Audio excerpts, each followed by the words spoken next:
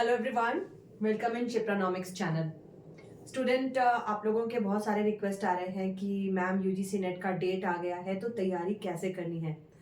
And come से कम आप लोगों के 20-25 मैसेजेस हैं और देखो मैसेजेस पढ़ने के बाद मैं एक ही कंक्लूजन पे पहुंची हूँ कि सबका पूछना एक ही है। सबके जो मैसेजेस हैं, सबकी जो क्वेरीज हैं, ऑलमोस्ट एक ही हैं। इसलिए मैं आज इस वीडियो के माध्यम से आपको इसमें गाइडेंस देने की कोशिश करती हूँ। और देखिए, एग्जाम का डेट तो आना ही था और जैसा मैंने गेस किया था कि एग्जामिनेशन दिसंबर में अब नहीं होंगी, जनवरी जाएगा और बिल्कुल डेट जो है वो जनवरी गई है। तो सबसे पहले let me introduce my self. Student, आप लोगों में से बहुत सारे नए स्टूडेंट जुड़े हैं, तो let me introduce myself. I am Dr. Shipra ma'am. I am a NET and PhD from University of Jammu. And student, this is my app Shipranomics. आप मेरे ऐप को Google Play Store से download कर सकते हैं. And this is my contact number 9320634901. You can message me on this number. तो चलिए अभी मैं पहले जो नोटिफिकेशन आया है उस पर बात कर लूँ। पहले हम नोटिफिकेशन को देख लें।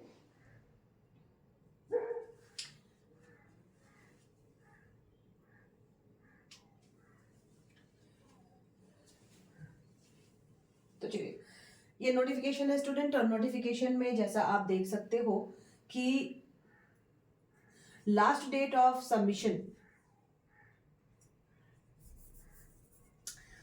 Last date for submission of examination. सबसे पहले तो ये जो है opening of online portal for submission of application, ये कल से ओपनिंग हुई है 85 सब्जेक्ट्स के लिए यूजीसी नेट के साइट पर।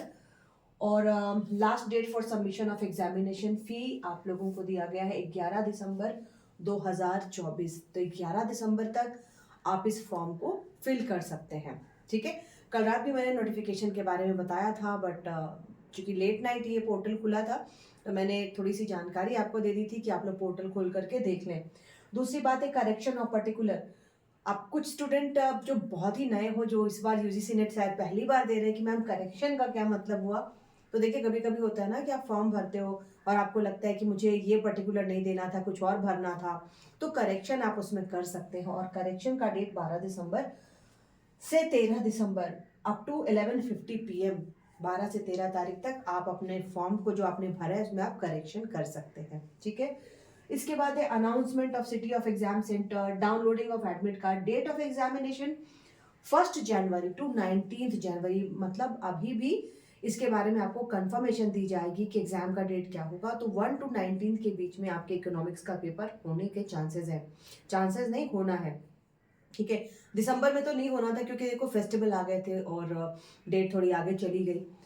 तो अभी आपके पास कितना टाइम बचा है? 20th से 20th, 1 मंथ तो इंटैक्ट है आपके पास। तो इस एक महीने में आपको अपने सिलेबस को पूरा थॉरो रिवीजन करना है। वो कैसे करना है मैं बहुत ही अच्छी सी टेक्निक बताऊंगी, मैं हर बार बताती हूँ उसको।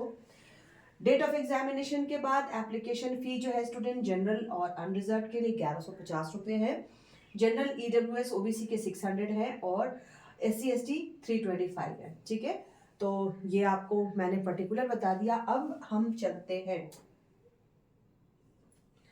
देखिए, सबसे पहले तो नो पैनिक, बिल्कुल हड़बड़ाना नहीं है। किसी तरह के दिमाग में ये नहीं रखना है कि एग्जाम का डेट आ गया कैसे होगा। एग्जाम का डेट तो आना ही था और मैंने जो गेस किया था कि जनवरी जाएगा तो जनवरी भी गया है। सबसे पहले आपके जो पेपर्स हैं 10 पेपर्स, आपको 10 पेपर्स को लेकर के चलना है। तो सबसे पहला पेपर आपका क्या होगा? Micro economics. मैंने बहुत सारे सक्सेसफुल कैंडिडेट्स की इंटरव्यूज डाली हुई हैं, आप उनको वॉच कर सकते हैं। उन सभी में देखो, जिस टेक्निक से मैं पढ़ाती हूँ, जो टेक्निक मैं बताती हूँ, आप उस टेक्निक को फॉलो करेंगे तो सक्सेस आपके हाथ में है। ठीक है, लेकिन फॉलो जरूर कीजिएगा, मैं हर बार इस टेक्निक को जरूर बताती हूँ।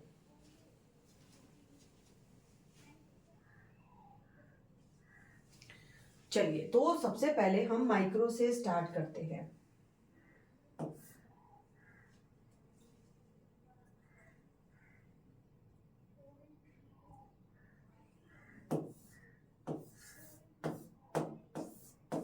फर्स्ट पेपर माइक्रो इकोनॉमिक्स या सूक्ष्म अर्थशास्त्र।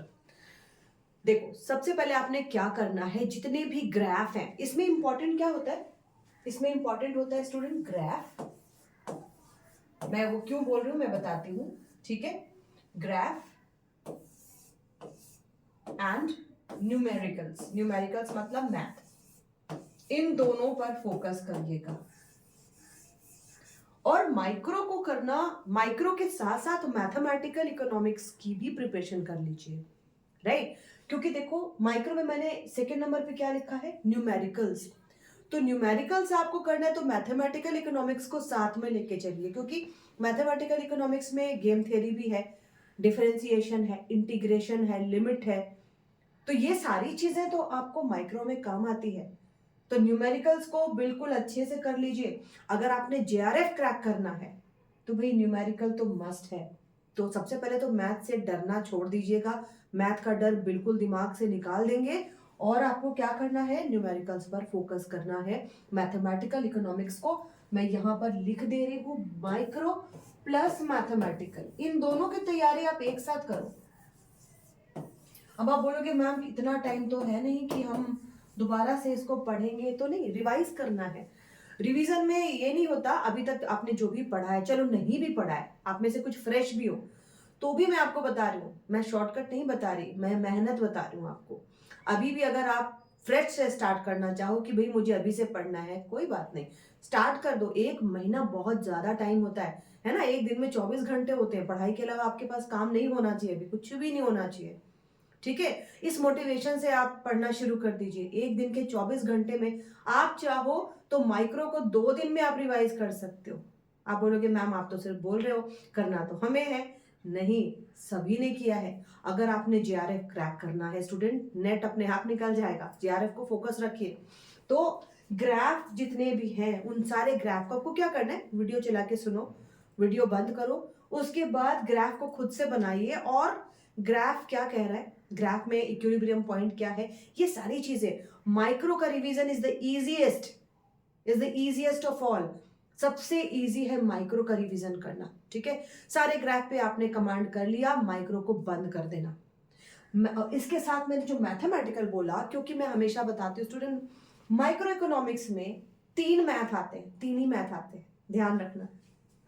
माइक्रो के मैथ के बारे में मैं आपको बताऊं, सबसे पहला मैथ आपको आएगा कंज्यूमर सरप्लस, आप लिख लो, ये हर बार आता है consumer surplus.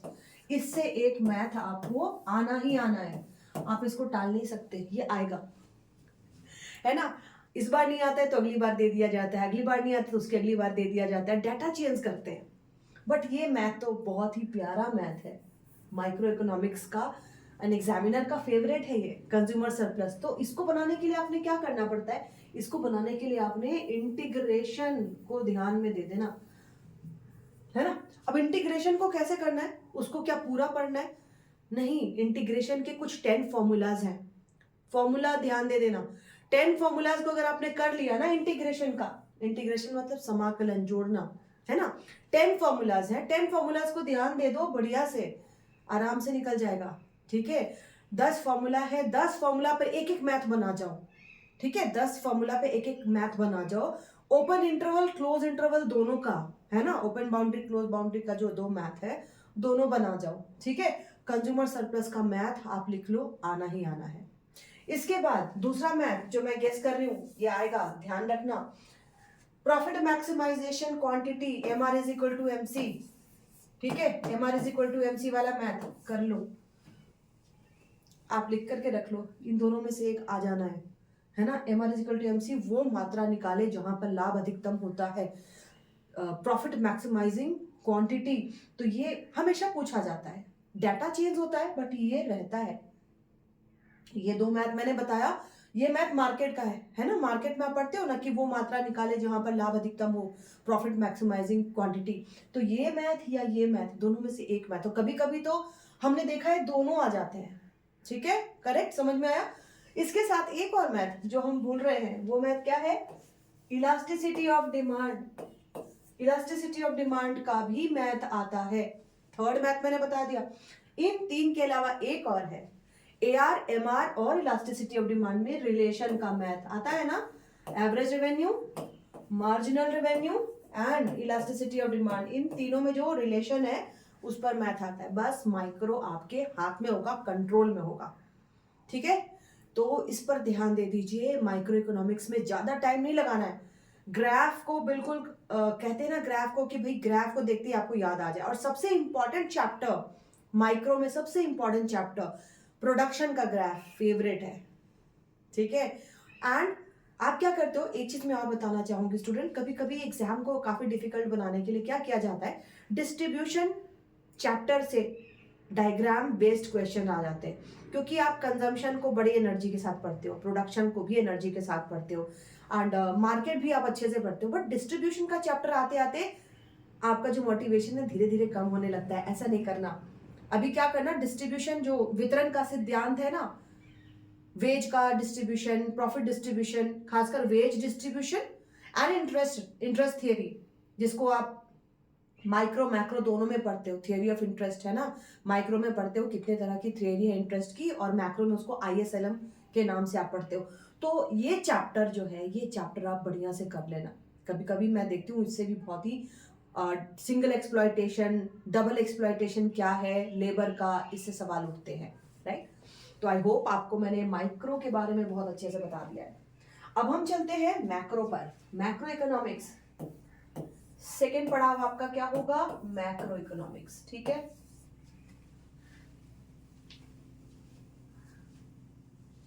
Okay, macro economics में भी आपको न्यूमेरिकल्स हैं, है ना, बट इसका न्यूमेरिकल जो है ना डराने वाला बिल्कुल भी नहीं है। इसके न्यूमेरिकल में आपको क्या आता है, मल्टीप्लायर निकालने को आ जाता है ना, संतुलन पर अर्थव्यवस्था कैसी होगी, मतलब दो, इसको याद रखो कि y is equal to C plus I plus G plus NX, है ना, इसको पूरा डिराइव कर लो। 2 क्षेत्रीय, 3 क्षेत्रीय, 4 क्षेत्रीय अर्थव्यवस्था, 2 सेक्टर, 3 सेक्टर, 4 सेक्टर इकोनॉमी, इसको डिराइव करना सीख जाओ तो आराम से बन जाएगा। मल्टीप्लायर के मैथ आते हैं। मल्टीप्लायर में इन्वेस्टमेंट मल्टीप्लायर, गवर्नमेंट मल्टीप्लायर कम पूछा जाता है, ठीक है, गवर्नमेंट बजट मल्टीप्लायर आता है। टैक्स मल्टीप्लायर, टैक्स मल्टीप्लायर में ध्यान देना, 2 तरह के टैक्स मल्टीप्लायर का फॉर्मूला है, लमसम टैक्स मल्टीप्लायर और प्रोपोर्शनल। तो ध्यान देना कि क्वेश्चन में क्या पूछा जा रहा है। तो इसके न्यूमेरिकल को बहुत अच्छे से कर जाओ। देखने में इजी लगता है, लेकिन इसको मैं पता है क्या कहती हूँ, मेरे स्टूडेंट जब मैं ऐप पे पढ़ाती हूँ तो प्लस माइनस में अगर गड़बड़ हो गई है ना, या ब्रैकेट आपने नहीं ब्रेक किया, तो मैं कहती हूँ सावधानी हटी दुर्घटना घटी। इसको हम बहुत ही सिंपल समझते हैं कि ये तो भाई बन गया, लेकिन ज्यादा सावधानी, मतलब डू इट केयरफुली, ऐसे नहीं कि बस हाँ है मैंने बना दिया। और आप एक चीज देखोगे, ध्यान दोगे, मैंने देखा है जैसे ही आपने गलती की, एक गलत आंसर भी उसमें होता है और फिर आप गलत आंसर लगा लेते हो। तो इसको केयरफुली, इसको बढ़िया से डिराइव कर लीजिए। बाकी मैक्रो में क्या आता है, कंजम्पशन हाइपोथेसिस से किसने बोला था, कब बोला था, ठीक है। ड्यूजनबरी का सिद्धांत भी काफी फेवरेट है नेट के जो एग्जाम्स के क्वेश्चन सेट करते हैं उनके लिए। और ट्रेड साइकिल से भी सवाल उठते हैं, ठीक है। अब हम आ जाते हैं सांख्यिकी,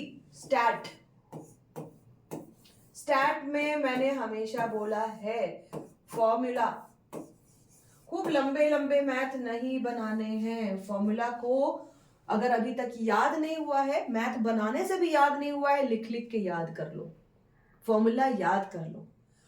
इसके अलावा मीन मीडियन मोड की प्रॉपर्टीज याद कर लो, ठीक है। रिग्रेशन कोरिलेशन प्रॉपर्टीज याद कर लो, रिग्रेशन कोरिलेशन में क्या संबंध है वो याद कर लो। खासकर फॉर्मूला पर ध्यान दे दो। फॉर्मूला अगर आपने लर्न कर दिया, प्रॉपर्टीज लर्न कर दी, बाकी बचा क्या स्टैट में, कुछ भी नहीं, है ना। तो फॉर्मूलाज को बिल्कुल ध्यान दे दो। और कभी कभी अभी देखोगे ना पैटर्न कि कुछ सवाल घुमा के आते हैं, लेकिन अगर आपका कमांड फॉर्मूलाज पे है, आपको पता है कि यही फॉर्मूला है, तो कितना भी वेरिएशन दिया जाएगा ना, आप आराम से उसको कर लेंगे, ठीक है। स्टैट के बाद आ जाएंगे डेवलपमेंट इकोनॉमिक्स। डेवलपमेंट इकोनॉमिक्स में क्या करना है, डेवलपमेंट इकोनॉमिक्स को बिल्कुल कहानी की तरह पढ़ लो एक बारी, ठीक है। जैसे अगर आपने एडम स्मिथ चैप्टर खोला तो आपके दिमाग में फटाफट आ जाना चाहिए कि एडम स्मिथ क्या कहते थे, स्पेशलाइजेशन ऑफ लेबर की बात करते थे। एडम स्मिथ जो है वो डिवीजन ऑफ लेबर की बात करते थे, एक्सटेंट ऑफ मार्केट की बात करते थे, इंटरनेशनल ट्रेड की बात करते थे, है ना। तो एडम स्मिथ का पूरा क्लैरिटी आपके दिमाग में हो जाना चाहिए। रिकार्डो की रेंट थ्योरी होती थी, है ना, वेज फंड की बात कहते थे।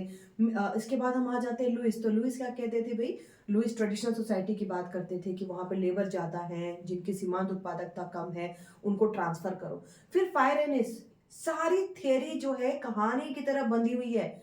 फायर एनिस क्या कहते हैं कि जहां पे लुइस ने छोड़ा है, लुइस ने क्या बोला कि कृषि से उठा करके उद्योग में भेज दो, लेकिन फायर एनिस ने क्या बताया कि जब हम सरप्लस लेबर को एग्रीकल्चर से हटाते हैं तो एग्रीकल्चर कैसे डेवलप होगा, इंडस्ट्री कैसे डेवलप होगा, है ना।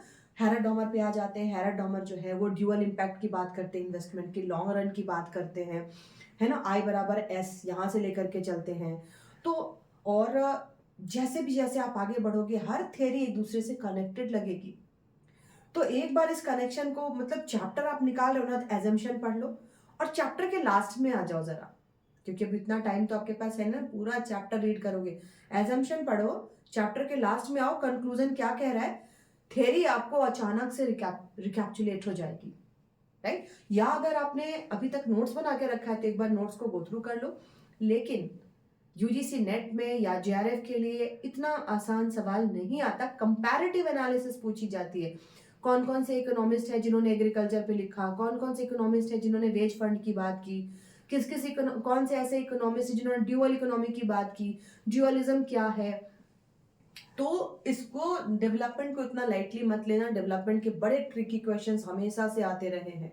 तो कंपैरेटिव एनालिसिस करने के लिए सारी थ्योरी आपके दिमाग में बिल्कुल छप जानी चाहिए, है ना। कि कार्डोर, अगर मैं बोलूं कार्डोर, तो आपके दिमाग में आना चाहिए कि कार्डोर ने क्या बोला था, आय की संवेदनशीलता का गुणांक, है ना। रॉबिन्सन का क्या था, तो भाई गोल्डन एज को कैसे डिफाइन किया था उन्होंने। तो ये सारी चीजें आपके दिमाग में तुरंत से आनी चाहिए। डेवलपमेंट के बाद हम बात करेंगे इंटरनेशनल इकोनॉमिक्स की।